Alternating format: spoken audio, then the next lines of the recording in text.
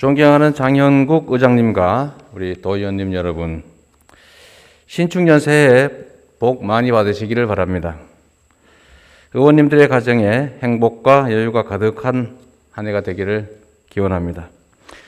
코로나19 위기가 해를 넘겨 계속되고 있습니다. 올해에는 이 난국을 타개하고 다시 일상으로 돌아갈 수 있기를 간절히 바랍니다.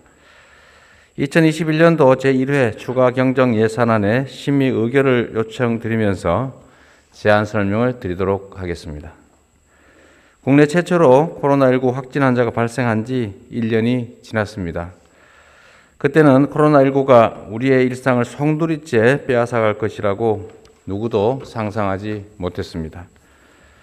사회적 거리두기와 5인 이상 집합 금지 명령 등으로 소상공인 여러분께서 느끼는 체감 경기는 한겨울 추위 그 이상입니다. 이러한 가운데 지난 1월 1일 도의회에서 제2차 경기도 재난기본소득을 제안해 주셔서 도내 소상공인들께 따뜻한 온기와 애정을 보여주셨습니다. 경기도는 도의회의 제안에 발맞추어서 2차 경기도 재난기본소득을 준비하고 2021년도 제1회 추가 경정 예산안을 마련했습니다. 그러면 지금부터 2021년도 제1회 추가 경정 예산안의 주요 내용을 자료 순서에 따라서 간략하게 설명드리도록 하겠습니다. 3쪽 편성 개요입니다. 이번 추경 예산안의 총 규모는 2021년 본예산 28조 8,724억 원보다 1조 3,635억 원이 증가한 30조 2,359억 원입니다. 증가분 1조 3,635억 원은 모두 일반 회계 예산에 반영되었습니다. 4쪽의 일반 회계 예산 편성안입니다. 세입 예산에는 지역개발기금 예수금 8,255억 원, 통합재정안정화기금 중에서 통합개정 예수금 4,550억 원, 재정안정화개정 전입금 830억 원을 각각 편성했습니다. 세출 예산에는 도민께 지급할 제2차 경기도 재난기본소득 1조 3,514억 원과 사업 추진에 따른 부대경비 121억 원을 각각 반영했습니다. 특별회계와 기금 예산은 변동사항이 없고 다만 재난기본소득 재원 중에 400억 원을 재난관리기금과 재해구호기금에서 활용할 예정입니다. 존경하는 장현국 의장님과 도의원님 여러분, 수술비가 아깝다고 치료를 하지 않으면 병을 키우는 건 물론이고 자칫하면 목숨을 잃게 되는 일이 벌어집니다. 우리 경제도 다를 바가 없습니다. 감염병 위기 속에서 우리 경제가 손쓸 수 없을 지경으로 망가지고 난다면 코로나19를 극복한 게 뒤에도 우리는 일상으로 아무리 노력해도 되돌아갈 수가 없습니다. 비상한 시기에는 비상한 대응이 필요합니다. 우리 도의회에서도 전국 최초로 재난기본소득 2차 지원을 공식적으로 제안해 주실 만큼 우리 경제 상황이 매우 위중합니다. 우리가 국가재정을 통해서 가계 지원 또는 경제 조정 기능을 하게 되는데 전 세계적으로 비교해 보면 우리의 국가 부채 비율 수준이 세계 평균의 3분의 1 정도에 겨우 조금 넘는 수준에 불과합니다. 국가 부채와 개인 부채는 좀 다릅니다. 이 국가 부채와 개인 부채는 이 상호 이런 대체 관계에 있습니다. 전 세계적으로 보면 국가 부채가 급증하는 시기에 가계 부채 비율이 줄어들고 있습니다. 우리는 국가 부채는 계속 낮게 유지되지만 가계 부채는 GDP의 100.6%를 이제 넘어갈 정도로 가계 부채 비율이 전 세계에서 가장 높습니다. 부끄럽게도 국가가 개인의 가계에 지원하는 소득을 지원하는 공적 이전 소득이 세계 평균의 절반에 불과합니다. 결국은 국가가 재정을 아끼다 보니까 가계 부채 비율은 계속 늘어나고 국가 부채 비율은 아주 낮게 유지할 수 있었습니다. 그런데 우리가 여기서 한 가지 좀 생각해 볼 게 있습니다. 국가 부채가 늘어나면 국가의 위기가 오지 않느냐라는 그런 말씀들이 있습니다. 뭐 전혀 틀린 말씀들은 아닙니다. 그런데 우리가 생각해 봐야 될 것은 국가 부채라고 하는 것은 대외 부채와 다릅니다. 우리가 보통 외환 위기를 생각하고 국가의 재정 위기를 얘기를 할 때 국가 부도를 얘기합니다. 국가 부도는 국내의 국채에 관한 한은 국가가 발권력을 가지고 있기 때문에 국가 자체 내부에서는 발생할 수 없습니다. 국가 위기, 국가의 재정 위기, 즉 국가 부도 위기가 발생하는 것은 대외 부채 때문입니다. 우리가 외환 위기를 겪었습니다. 외환 위기 당시에 우리가 좀 국가의 부도 위기를 실제로 겪었는데 그때는 국채 비율이 10% 정도에 불과했어요. 국가 부채 때문에 생긴 일이 아닙니다. 그 후에 외환 위기를 극복하기 위해서 국가 부채 비율이 올라갔죠.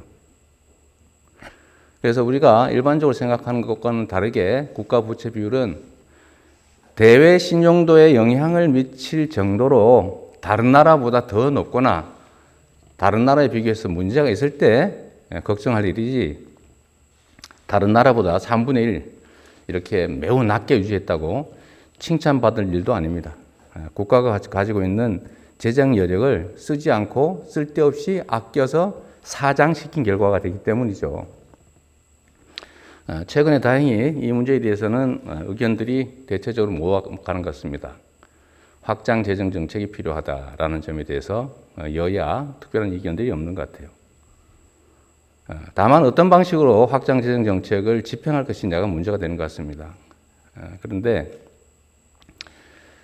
우리가 지난 세 차례, 3차에 걸친 중앙정부의 재정 지출을 통한 가계소득 지원이 있었습니다. 1차 재난 지원, 또 2차, 3차 있었는데 우리가 현장에서 직접 의원님들 여러분께서는 현장에 직접 이제 유권자들을 만나시니까 직접 느끼실 겁니다.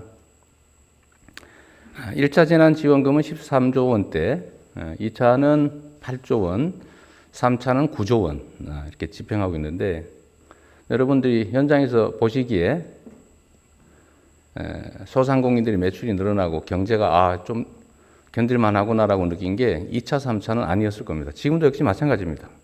지금도 대대적으로 3차 지원이 이루어지고 있지만 결국 특정 소수를 골라서 현금을 지원하니까 소비가 늘어나는 효과가 거의 보이지 않는 겁니다. 1차 재난지원금은 여러분 보신 것처럼 가게가 한 2달 반 이상 전국에서 명절 대목을 생각할 만큼 매출이 늘어났고 실제로 소비도 작년에 대비해서 약 10% 작년 동기 대비 더 늘어날 정도였습니다. 어쨌든 이런 점들을 보면 우리가 재정 지출이 필요한 건 다 동의하고 있으니 우리가 경제를 살리고 또 가게를 살리고 가게들이 지나친 이 부채 때문에 파산을 하거나 경제 잠재력이 위축되지 않도록 하는 조치가 꼭 필요하다 이렇게 생각이 됩니다. 그 점에서 우리 도의회에서 이렇게 과감한 결단을 해주신 점에 대해서 진심으로 감사드립니다. 도의회에서 이제 시행 시기와 시행 방식에 대해서 방역에 방해가 되지 않도록 해달라는 사전 요청이 있었습니다. 전적으로 공감합니다. 지금 현재 우리 민주당 당 대표께서도 이렇게 캠페인을 해가면서까지 소비를 많이 해달라라고 하면서 이렇게 포장 캠페인도 하고 계십니다. 소비를 하지 말라라는 뜻은 아닌 것이죠. 소비를 하되 방역에 장애되지 않게 하는 것이 필요하다라는 점에 대해서 저희도 동의합니다. 제가 오늘 아침에 그래프 하나를 받았습니다. 그래프 2개를 받았습니다. 하나는 제가 조만간에 한번 보여드릴 생각인데요. 하나는 감염병의 발생 상황에 관한 그래프입니다. 여러분 아시겠지만 이 감염 상황이 만약에 지금 이제 3차 지금 유행을 저희가 겪었습니다. 첫째 그래프, 두 번째, 세 번째 이렇게 그래프를 겪었는데 이 바이러스는 여러분 잘 아시는 것처럼 통계입니다. 통계. 통계와 확률의 문제입니다. 거의 벗어나지 않습니다. 무슨 말씀이냐면 이 바이러스가 이제 백신 등으로 통제가 되지 않는 한 사람들의 움직임에 따라서 그래프를 그릴 수밖에 없는 거죠. 물결처럼. 그래서 첫 감염보다는 이제 두 번째 감염은 높이도 높아지고 구간도 길어지고 그 다음에 저점도 올라간다는 겁니다. 여러분 아마 언론에서 보신 게 있을 겁니다. 3차 유행은 역시 1, 2차보다는 높이도 높아졌고 폭도 넓어졌고 저점도 지금 올라갔습니다. 아마도 여러분도 잘 아시겠지만 과거처럼 일일 평균 100명 발생으로 되돌아갈 수는 없습니다. 아마도 최저 300에서 많으면 500 정도가 저점으로 유지가 되다가 이게 이제 완전히 통제가 되면 그 이하로 줄어들면서 유행은 끝날 것이고 만약에 유행이 끝나지 않는다면 결국은 다시 또 불행하지만 어쩔 수 없이 다시 올라가게 됩니다. 기간도 마찬가지입니다. 1차와 2차 사이 기간, 2차와 3차 사이 기간보다는 3차와 4차 사이 기간이 더 좁아질 가능성이 높은 거죠. 물론 우리가 더 통제하지 못해서 5차가 벌어진다면 5차는 또 더 상황이 나빠지는 걸 각오해야 됩니다. 거기에 맞춰서 우리가 준비를 해야 되는 것이죠. 의회에서도 그 점을 생각해서 이렇게 2차 재난 지원이 필요하다라고 판단해 주신 것으로 생각합니다. 만약에 우리가 재난 지원을 이 코로나 유행이 끝난 후에 완전히 통제 가능한 영역에 들어왔을 때 지원한다고 하면 사실은 상당 기간 동안에 하지 못하게 될 가능성이 매우 높습니다. 이 3차 유행으로 끝났으면 좋겠습니다. 그러나 3차 유행으로 끝나지 않을 가능성이 많고 그렇다면 결국은 또 더 엄혹한 상황을 우리가 겪어야 되기 때문에 그에 대비한 우리 경제적인 지원 조치도 필요하다라고 판단이 됩니다. 제가 또 하나 받은 그래프는 우리 소비 그래프입니다. 소비 그래프인데 신용카드 결제액이죠. 결제액인데 그래프가 이렇게 작년 대비 그래프입니다. 작년 대비 그래프인데 이제 4월, 이제 2월에 확 떨어졌다가 충격이었죠.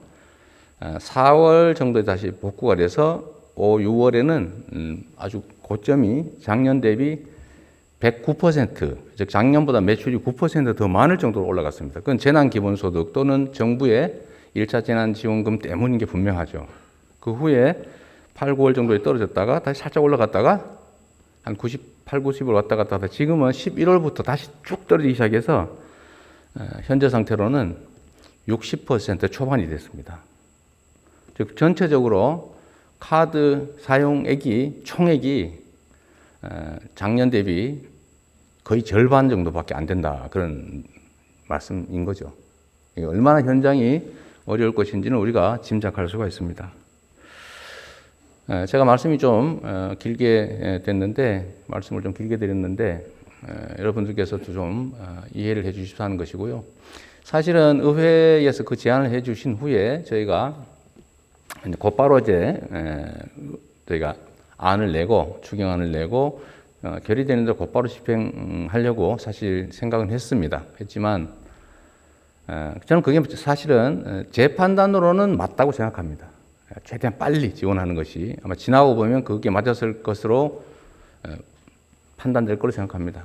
그러나 또 세상 일이라고 하는 것이 혼자 할 수는 없는 것이고 또 여러 의견들이 있고 또 누군가의 의견이 100% 완전히 옳은 것만은 아니기 때문에 저의 판단이나 우리 도집행부의 판단도 오류가 있을 수 있기 때문에 우리 도의회 우려나 아니면 중앙당 또는 중앙정부의 우려를 감안해서 여러분께서 의결을 해 주시더라도 즉시 집행하기보다는 좀 더 상황을 좀 봐가면서 확진자의 증감 상황이라든지 또 앞으로 예측 상황이라든지 또 정부의 거리두기 단계에 대한 의견이라든지 이런 것을 전체 종합해서 방역에 대한 우려가 최저화될 수 있도록 하는 선에서 집행을 하겠다는 말씀을 다시 한번 드립니다.